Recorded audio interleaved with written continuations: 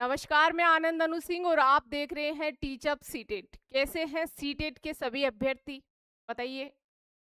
जैसे कि हमारी चर्चा चल रही थी, कल हमने 15 क्वेश्चंस किए थे, किसके? जेंडर ए सोशल कंस्ट्रक्ट के। जेंडर ए सोशल कंस्ट्रक्ट के हमने 15 क्वेश्चंस कवर किए थे। आज इस श्रृंखला को हम आगे की ओर लेकर चलेंगे। क्या है आज का पहला सवाल? देखिए, हम दिन ब दिन एक एक टॉपिक क्लियर करते जा रहे हैं। अपना ग्रोथ एंड डेवलपमेंट का टॉपिक कंप्लीट हो चुका है और उसके साथ में दूसरा टॉपिक हमारा स्टार्ट हो गया था, जेंडर ए सोशल कंस्ट्रक्ट का। ये भी आपका आज या कल में लगभग अपन समाप्ति की ओर लेकर जा रहे हैं। तो क्लासेस के साथ में बने रहिए, रेगुलर प्रैक्टिस करिए और अपनी तैयारी को मजबूत बनाइए। देखिए क्या है आज का क्वेश्चन। वे बच्चे जो कि अक्सर अपने अभिभावकों को मानकीय जेंडर रेखाओं को पार करते हुए देखते हैं, जैसे कि माता पिता को उपकरण ठीक करते हुए और पिता को बच्चों की देखभाल करते हुए, उनके संदर्भ में। Children who frequently observe their parents crossing normative gender lines such as a mother repairing appliances or a father caring for the children, father caring for the children। क्या होगा इसमें? वे बच्चे जो कि अक्सर अपने अभिभावकों को मानकीय जेंडर रेखाओं को पार करते हुए देखते हैं और जैसे कि माता को उपकरण ठीक करते हुए और पिता को बच्चों की देखभाल करते हुए, उनके संदर्भ में। तो कम संभावना है कि वो जेंडर रूढ़ियों का अनुसरण करेंगे, अधिक संभावना है कि वो जेंडर पृथक्करण का पालन करेंगे, अधिक संभावना है कि वो जेंडर रूढ़ियों का पालन करेंगे, कम संभावना है कि वो समाज में प्रचलित जेंडर मानदंडों के विरुद्ध होंगे। देखो, कम संभावना तो क्यों है? पूरी संभावनाएं इसमें प्रदर्शित की जा रही है ना? ये हमारा रॉन्ग हो गया। अधिक अधिक संभावना है कि वो जेंडर रूढ़ियों का पालन करेंगे।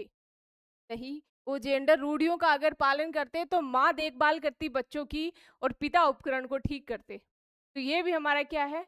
रॉन्ग है। अधिक संभावना है कि वो जेंडर पृथक्करण का पालन करेंगे, कम संभावना है कि वो जेंडर रूढ़ियों का अनुसरण करेंगे। जेंडर रूढ़ियों का अनुसरण नहीं कर रहे हैं, ये हमारा क्या है? राइट आंसर है। नेक्स्ट हमारा क्वेश्चन है, using gender neutral language and discussing gender as a social construct rather than something determined by heredity will. Gender तटस्थ भाषा का प्रयोग व जेंडर के एक सामाजिक संरचना बजाय आनुवंशिकता द्वारा निर्धारित होने पर चर्चा करने से क्या होता है? जेंडर भेदभाव को बढ़ावा मिलेगा, या जेंडर पक्षपात सुदृढ़ होंगे, या फिर जेंडर अनुपालन का प्रोत्साहन होगा, या जेंडर रूढ़िवादिता को चुनौती मिलेगी? बताइए, इससे क्या होगा? जेंडर तटस्थ भाषा का प्रयोग और जेंडर के एक सामाजिक संरचना होने पर चर्चा करने से क्या होगा? जेंडर रूढ़िवादिता जो हमारी है उसको क्या होगा? चुनौती मिलेगी। जेंडर रूढ़िवादिता को चुनौती मिलेगी। नेक्स्ट क्वेश्चन हमारा क्या है? Which of the following strategies is not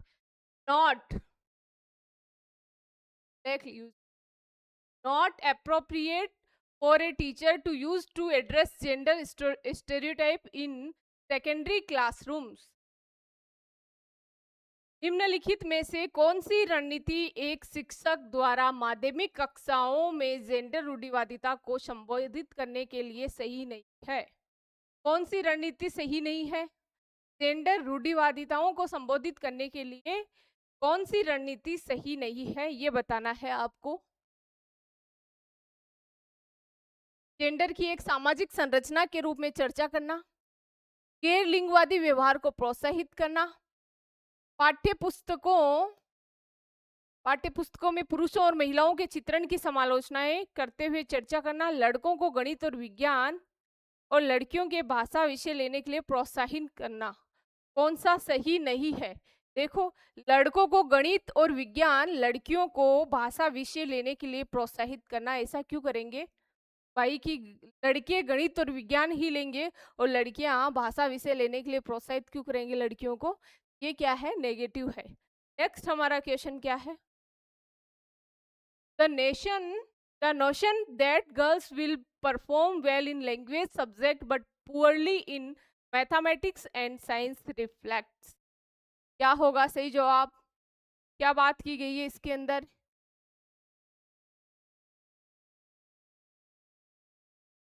gender equity की बात की गई है, या फिर जेंडर इनइक्वलिटी की बात की गई है, जेंडर आइडेंटिटी की बात की गई है, या फिर जेंडर स्टेरियोटाइपिंग की इसमें बात की गई है?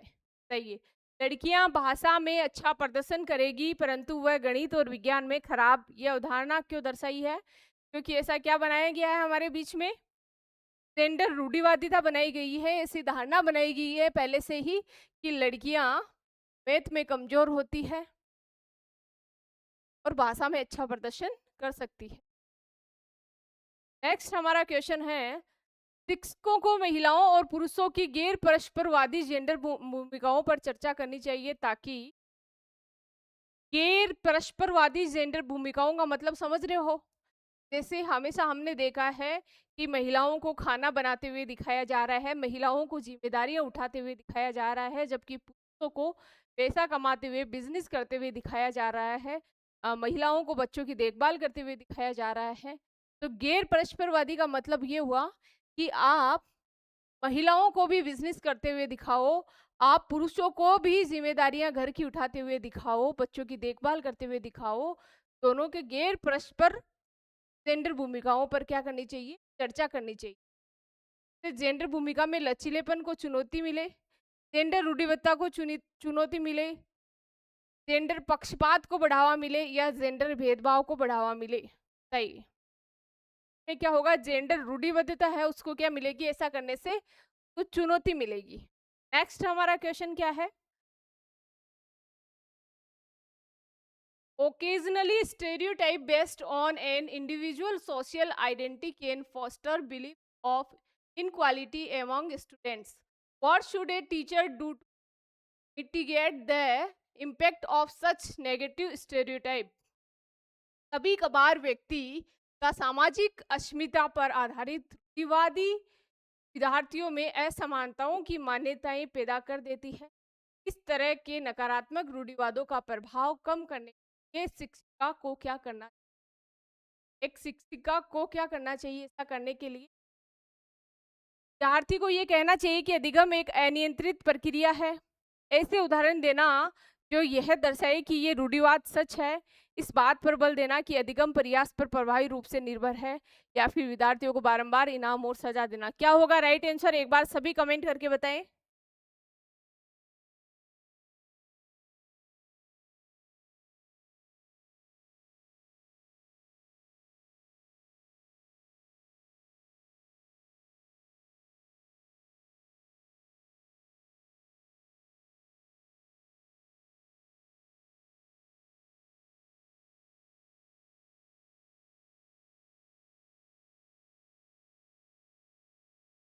बताइए क्या होगा राइट आंसर?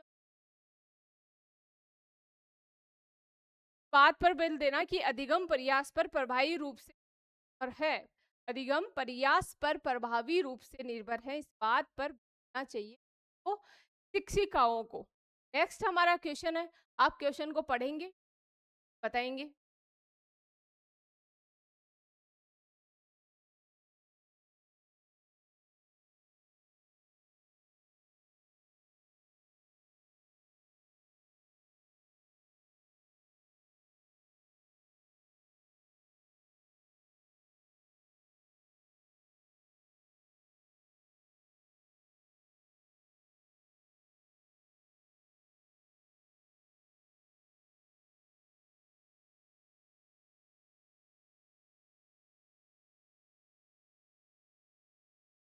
ये क्या होगा? अधिकांश ये देखा गया है कि महिलाओं की अनुपस्थिति लड़कों की अपेक्षा लड़कियों से घरेलू कार्यों को भाई बहनों की देखभाल की अपेक्षा की जाती है। ये उदाहरण आप सबने ये चीज खास,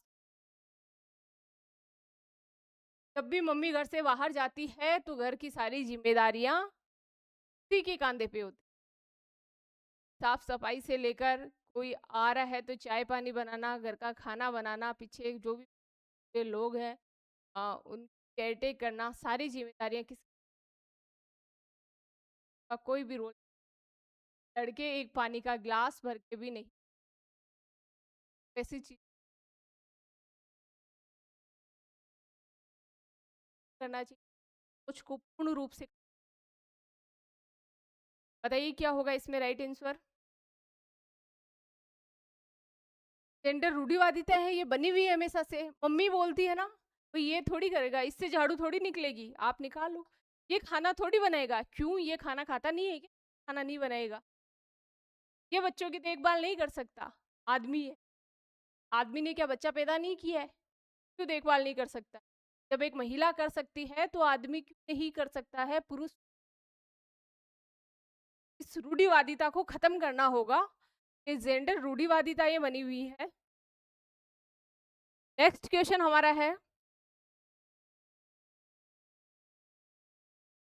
how should a teacher promote flexibility regarding gender stereotype in her class? एक शिक्षिका अपनी कक्षा में जेंडर रूढ़िवादिता में लचीलेपन को कैसे बढ़ावा देगी? जेंडर रूढ़िवादिता में लचीलेपन को एक शिक्षिका अपनी क्लास में कैसे बढ़ावा देगी, बताना है आपको। लड़कियों की स्त्रीवादी व लड़कों को पुरुषवादी विशेषताओं की ओर प्रोत्साहित करके? नहीं, प्रोत्साहित करने से तो मामला और क्या हो जाएगा, गड़बड़ हो जाएगा। लड़कों व लड़कियों को अलग अधिगम कार्य देकर जिसके लिए वो आनुवांशिक रूप से तैयार है। बिल्कुल भी नहीं, आनुवांशिक रूप से कोई किसी काम के लिए तैयार नहीं होता है। जैसा हम वातावरण देंगे वैसा ही हम काम कर सकते हैं, ये भी हमारा गलत है। जेंडर उपयुक्त अपेक्षाएं रखकर लड़कियां भाषा में अच्छा करेगी, लड़के भाषा में, ऐसा बिल्कुल भी नहीं होगा। व्यक्तियों को गैर रूढ़िवादी भूमिकाओं में प्रस्तुत करके, बिल्कुल यही एकमात्र तरीका है।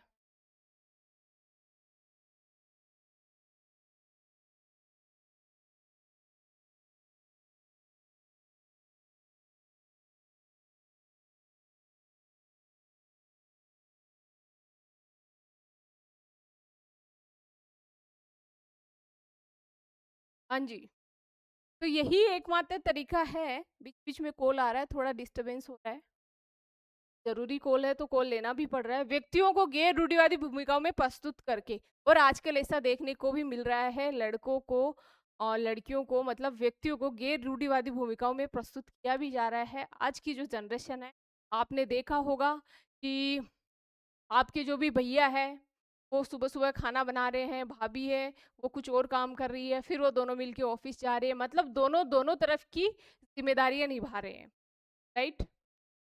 लेकिन उसपे भी क्या होता होगा, आस पड़ोसी जो होते हैं, देखा होगा आपने, कमेंट करते हैं, भैया ये आदमी झाड़ू निकाल रहा है, आदमी खाना बना रहा है, वो लुगाई आदमी से बर्तन धुला रही है ना।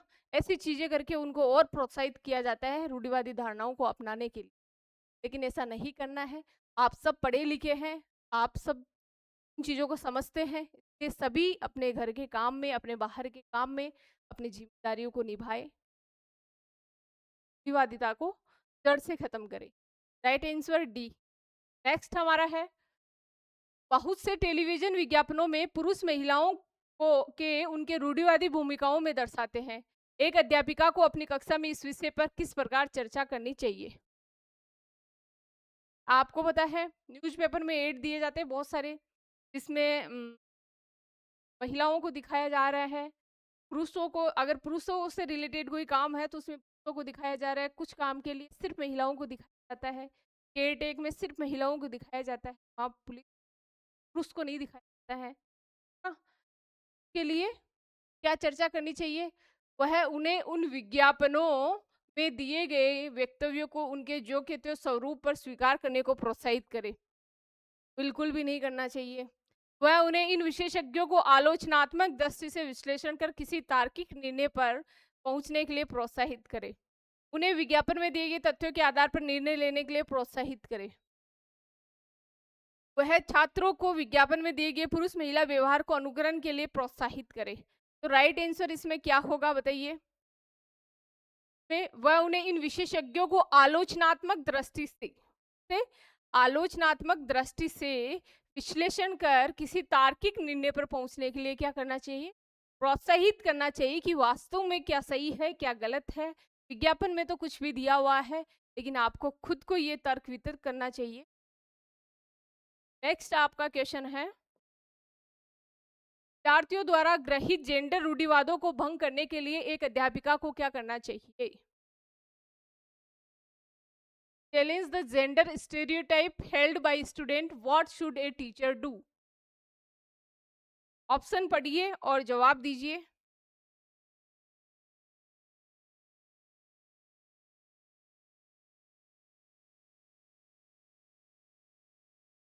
बताइए जवाब क्या होगा?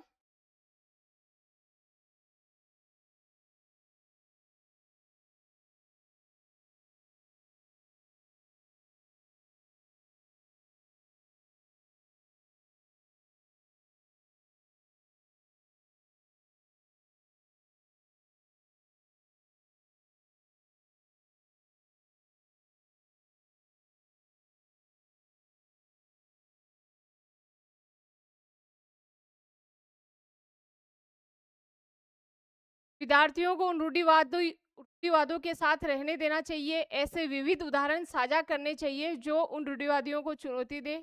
जो विद्यार्थी ऐसे रूढ़िवादों को व्यक्त करते हैं, उनका मजाक उड़ाना चाहिए या फिर अकादमिक आकलन अंक कम कर देने चाहिए। बताइए क्या करना चाहिए? विद्यार्थियों द्वारा ग्रहित जेंडर रूढ़िवादों को भंग करने के लिए एक अध्यापिका को क्या करना चाहिए? ऐसे विविध उदाहरण साझा करने चाहिए जो उन रूढ़िवादों को चुनौती दे सके। नेक्स्ट क्वेश्चन हमारा है, गर्मी बहुत ज्यादा है, एसी कूलर पंखे सब बंद है और आपकी क्लास ली जा रही है, के बावजूद भी अगर आप क्लास नहीं लेते हैं तो यह आपके जीवन।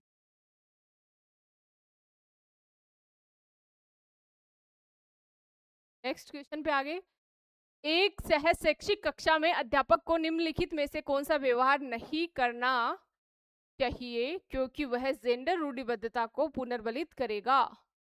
कैसा व्यवहार एक शिक्षक को क्लास में नहीं करना चाहिए? देखते हैं। एक समान लिंग के समूह बनाना तथा लड़के और लड़कियों को पृथक पृथक अधिगम कार्य देना। एक समान लिंग के समूह बनाना और लड़के और लड़कियों को पृथक पृथक अधिगम कार्य करना, इसने यहीं पे भेदभाव कर दिया, गलत। महिलाओं और पुरुषों को सामाजिक चलन के विपरीत भूमिकाओं में दर्शाना। जेंडर एक सामाजिक निमित्त है पर चर्चा करना। जेंडर समतुल्यता वाली भाषा का प्रयोग करना। क्या होगा राइट आंसर? चीजों को समझिए, सही है।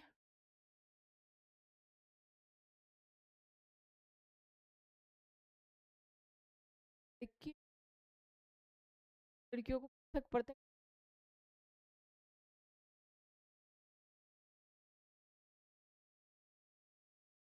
ही कार्य उसको नहीं करना चाहिए, बाकी सब काम वो कर सकता है। महिलाओं पुरुषों को सामाजिक चलन के विपरीत भूमिकाओं में दर्शाना, ये भी कर सकता है, ये भी कर सकता है, ये भी कर सकता है, ये नहीं कर सकता। तो राइट आंसर क्या है आपका? ए। नेक्स्ट क्वेश्चन की ओर बढ़ते हैं। In a secondary classroom seating arrangement based on gender segregation and strict gender based learning activity will promote gender equality, will facilitate gender equity, will reinforce gender stereotypes, will encourage flexibility in gender stereotype. Right answer क्या होगा?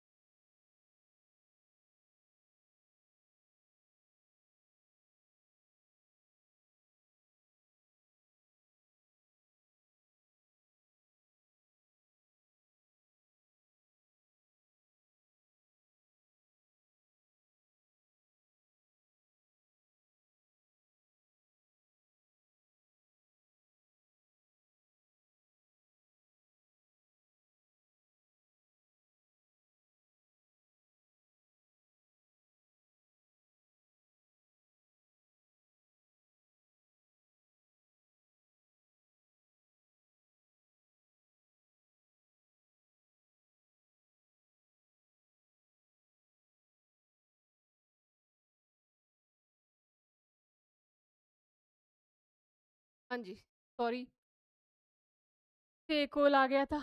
इन a secondary classroom seating arrangement based on gender segregation and strict gender based learning activities, क्या होगा इसमें? Gender की समानता को बढ़ावा देंगे, या फिर जेंडर समता को सुशाधित करेंगे, या जेंडर रूढ़िवादिता बढ़ाएंगे, या फिर जेंडर रूढ़िवादिता में लचीलेपन को प्रोत्साहित करेंगे? तो इसमें क्या करेंगे?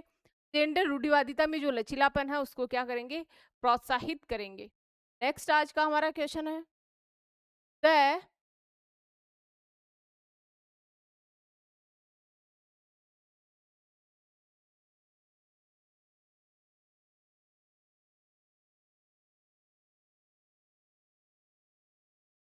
नेक्स्ट हमारा क्वेश्चन है, पाठ्य पुस्तकों में स्त्रियों का केवल नारीवादी विशेषताओं जैसे पालन पोषण और देखभाल करने वाली संवेदनशील के रूप में चित्रण किसका उदाहरण है?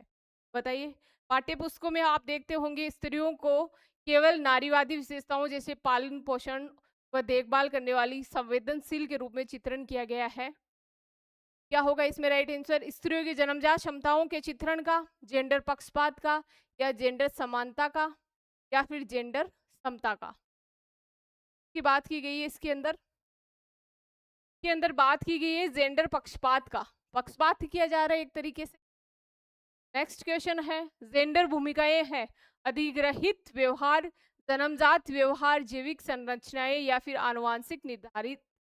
बताइए जेंडर भूमिकाएं क्या है? Gender roles are acquired behaviour, या फिर इनेट बिहेवियर, या बायोलॉजिकल स्ट्रक्चर, या फिर आपका है जेनेटिकली डिटरमाइंड। क्या होगा राइट आंसर? ये आपकी अधिग्रहित व्यवहार है, आपने समाज से ग्रहण किया है इस व्यवहार को। नेक्स्ट क्वेश्चन है आपका एसर्सन और रीजन वाला क्वेश्चन है। कथन दिया गया है कि गणित के शिक्षकों को लड़कियों से कक्षा में बहुत कम अपेक्षा रखनी चाहिए। लड़कियों से कक्षा में बहुत कम अपेक्षा रखनी चाहिए। तर्क दिया है लड़कियों में गणित को समझने की आनुवांशिक क्षमता नहीं है। क्या ये बात सही है? बिल्कुल भी नहीं है। दोनों ही बातें क्या है? गलत कही गई है। तो ए और आर दोनों गलत है, डी इज आपका राइट आंसर। इसी के साथ मुझे चाहिए इजाजत। Thank you so much. जय हिंद, जय भारत।